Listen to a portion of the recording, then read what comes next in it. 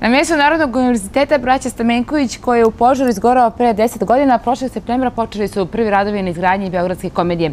Prvog teatra koji se u srpskoj predstavnici zida posle 43 godine. Ovo je samo jedan od projekata Beogradske opštine Palilula. Predsjednik Beogradske emisije Srbije online. Dobar dan i dobrodošli. Dobar dan.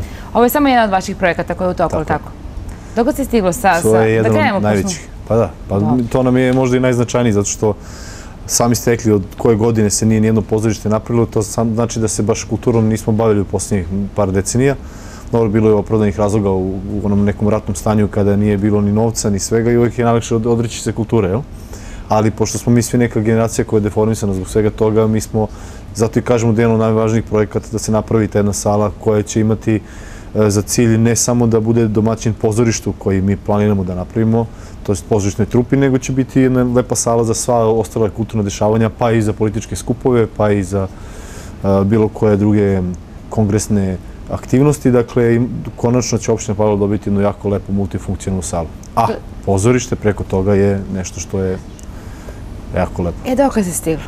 Pa evo, građevinski radovi su praktično završeni. Radi se na enterijeru, dakle, grubi građevinski radovi sa svim instalacijama su gotovi. Enterijer, znači ulepšanje, ušminkavanje tog enterijera sa postavljanjem stolica bi trebalo se desiti do nekog 5. 10. oktobra. Umeđu vremenu je već nabavka u toku za rasvetu, reflektore, ozvučenje. Vi koji ste bavite studijom znate koliko je to važno, možda i čak najvažniji deo. I ono što je bitno, ta sala će imati priliku da pruži gostoprimstvo svim prvim gostima negdje do sredine oktobra. Znači prvu predstavu ćemo gledamo već negdje od 15. Pa evo, Gagi Ivanović je naš promoter u tom smislu, to jest on je taj koji će napraviti prvu pozorišnu predstavu, naravno po karakteru će biti komedija, što samo ime kaže. I želja nam je stvarno da nešto, da pružimo opet mogućnost ljudima da dolaze u pozorište na pravi mogući način. Ljudi najviše vole komedije i tada smo se odlučili na to. 15. oktobra će biti, dakle, negdje prva predstava. Dobro, držimo vas za reč, to je još mjesec dana. Može. Proverit ćemo 15. oktobra. A šta je sa tim da, u stvari, koliki je znači za vaše sugrađane, sa vaše opštine? Jer opština Palilula je jedna od najvećih beogradskih opština.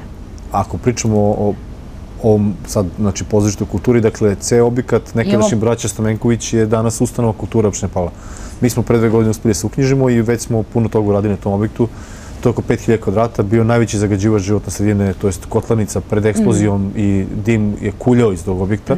Ljudi koji žive u tom kraju znaju šta znači danas, kako izgleda objekat, promenjena fasada, promenjena stolarija kompletna, priključen objekat na daljinsko grejanje, zamenjena kompletna grejna instalacija, radi se pozorište, završava se klub Ardova, tu je nacionalni ansambl Kolo, počinje Rock Akademija negde do kraja meseca da radi poznati muzičari iz Bajeg, instruktora Riblje Čorbe i ostali poznati bendova. Treba da budu tu kursevi harmonike, violine, klavira, znači sve ono što mladi ljudi i njihovi roditelji ili babi i dede žele da omoguće sebi ili svojim unucima i deci će biti u toj ustanovi kulture i to će biti u pravoj meri ustanova kulture kakve nema u Beogradu sigurno.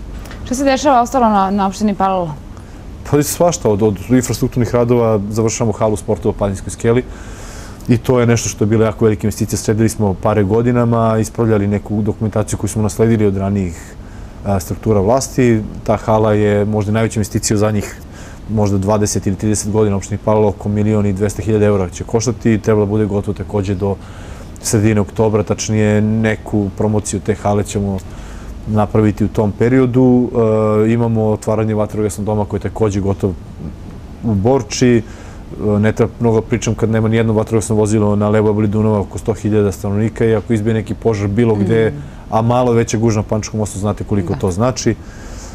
Završili smo osnovnu školu, prošle godine je obdanište, prošle godine radi se kanalizacija u naselju Mali Zbeg, završili smo kanalizaciju u Staroj Borči, renovirali sve ambulante. Kad smo kod kanalizacije, koliko problema još ima na opštini Palilula? Jako puno. Dakle, kanalizacija je problem broj 1 po svim anketama, kad biste pitali građane, ali u stvari mi to znamo. Pa imamo možda mnogo veći problem nego sve opštine zajedno.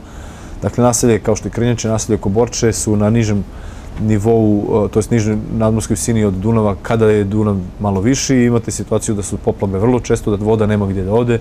Kada padnu ogromne količine snega i kad se otope, nema ta voda gdje da ode. Zemlja je zasićena vodom, imate oko 700 kilometara kanalne mreže u celom tom Banatskom slivu. I sad ako vam kažem da su svi ti kanali zadnjih 30 godina nečišćeni i ako vam kažem da je da su svi oni sada tema neko pročišćavanje i koliko para samo za to treba i da svake godine koliko god para u to damo, to je malo. Dakle, to je nerešiv problem. Kanalizacija će doneti samo malo bolje stanje u tom smislu, jer danas su ti kanali otvorene kanalizacija, sutra će biti kanalizacija, ali će ti kanali dalje biti zatrpani i dalje neće imati funkciju kao što je namenjeno na početku. Vi ste dobili novac u okviru projekta Exchange 3, je li tako, za unapređenje rada elektronske uprave. Koliki je značaj? Pa dobili smo i za Exchange 2, dakle, za jedan nismo bili, još uvijek nije bila ova ista ekipa. Kroz Exchange 2 smo dobili uopšte sredstva od Evropske unije i tada nam je bila partner jedna opština iz Slovačke, Prešov. Bila je razmjena iskustava i unapređenje rada u opštini. Ovo je opet isti takav ciklus, s tim da je ovdje u pitanju bilo unapređenje elektronskog rada opštine. Znači, dolazimo do tog nivoa da treba sve više i više stvari da se završava elektronski. Kad kažem elektronski, putem nekog maila komunikacija sa opštinom ili opet putem interneta završetak, uzimanje formulara, predaja zahtjeva. Dakle, partner nam je jedna opština u Estoniji. Estonija je, inače, za one koji to ne poznaju, zemlja broj 1 u Evropskoj uniji što se tiče elektronske uprave. Znači, u Estoniji možete za 8 minuta da otvorite svoju firmu.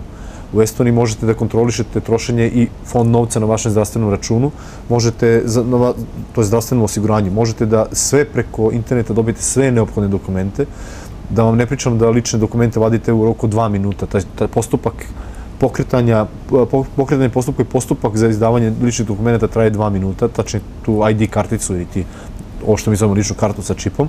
Znači, vi samo na 2 klika miša naručite i odete sutra i podignete, jer tamo neko također elektronski povlači iz svih državnih institucija sve neophodne dokumente koje mi, nažalost, još uvijek moramo da vadimo peške. Oni to samo prikupe od policije, od državne uprave, od lokalne samouprave, od vojske, od koga god hoćete, sve je umreženo.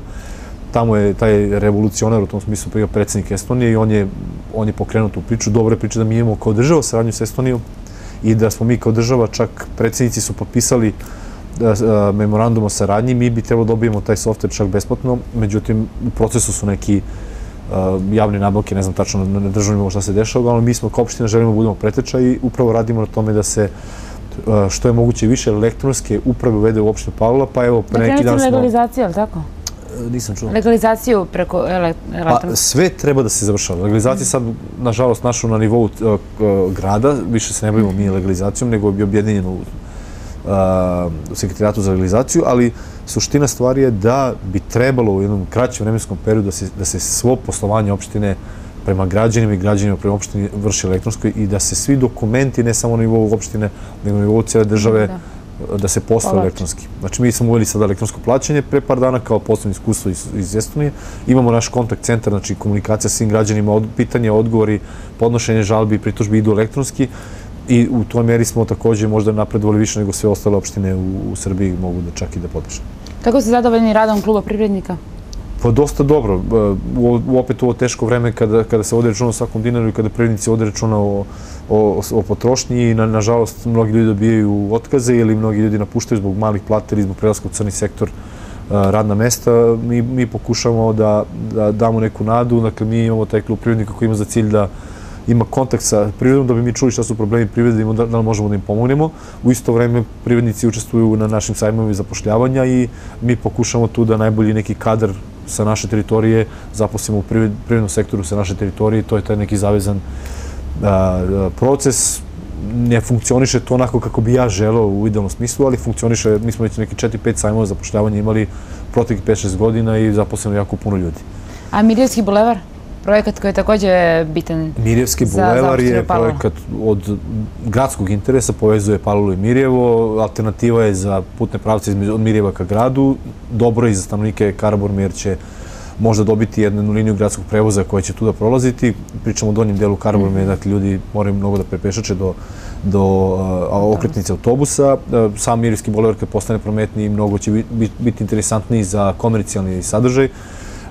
I to je neki zajednički projekat koji mi iz opštine Zvezdara sa gradom sprovodimo, a fond para je od Republike za pospešenje građanskoj industrije. Ako sećate, to je bilo ono vreme kada je bila zastoj kompletno u građanskoj industriji. Kada se očekuje završetak rada u Mirskom bulevaru? Do kraja oktobra bi trebalo. Ja sad ne znam da li postoji neko kašnjenje u radovima, ali dosta dobra dinamika se poštuje. Znači to očekujemo u skorije vreme. Pa to je, imamo još puno stvari. Kakvi su vam planovi za budućnost? Još puno stvari. Kakvi su vam planovi za budućnost, kad smo rekli puno stvari? Pitate mene kao Danila Bašić ili kao Ne, nego kao predsjednik opštine Palilula. U političkom smislu? Ne, nego kao predsjednik opštine Palilula. Šta ćete raditi još na opštini Palilula? Pa evo ovako, znači do kraja mandata imamo stvarno, pošto mandat evo još nema još puno do kraja, nekih 7-8 meseci, 6, nije važno. Dakle, mi imamo da završimo što smo sad nabrali i pozorište i sportsku halu koja je u najkraćem mogućem periodu i ovaj vatrogasni dom koji otvaramo.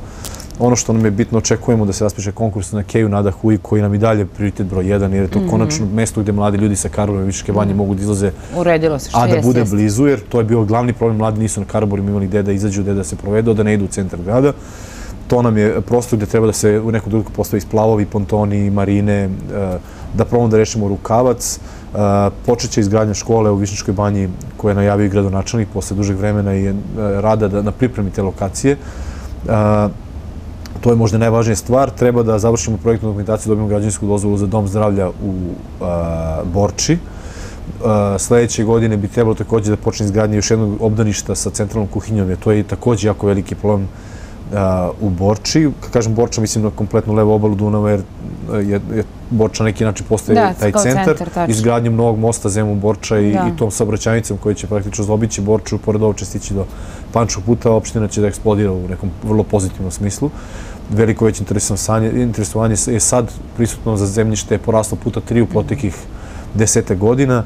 Dakle, pravimo dom zdravlja koji bi se dom zdravlja preselio, mi bi obezbedili zgradu opštine, jer to će biti ubrzo tema. Pričat ćemo o tome kada dođe vreme, a doće vrlo brzo. Trebalo bi jednu malu ambulantu da uradimo u Kotežu, pošto su neuslovni, to je loši su uslovi kojima je danas ambulanta. Imamo sređivanje škola, svake godine upravo se završava i posljednja škola i sređivanje Oslobodioci Beograda su u pitanju. Sljedeće godine svo asfaltiranje koje nismo ove godine uspjeli da završimo. Puno parkova, puno sportskih terena, okretnica u Višnjici koja je u planu negde da probat ćemo da završimo za autobuse do kraja godine. I eto, baš imamo puno planova, dosta ambiciozno. I puno posla ima na opštini, što jeste. Da, pa mi smo velika opština, najveća u Beogradu sa oko 200.000 stanovnika i ne treba puno pričati. Hvala vam veliko što ste izdvojili. Ja u šali volim da kažem da mi je bar na nedelju dana budem predsjednik opštine Stari grad, Vračar i Savski Venac zajedno, pa da se malo odmorim. Čini mi se Stari grad, onako oni najviše odmaraju. Da. Hvala vam. Ako ne ranije, vidimo se kad počne pozorište koje čekamo 15. oktobra. Obećali smo. Obećali se. Hvala vam puno. Hvala vam.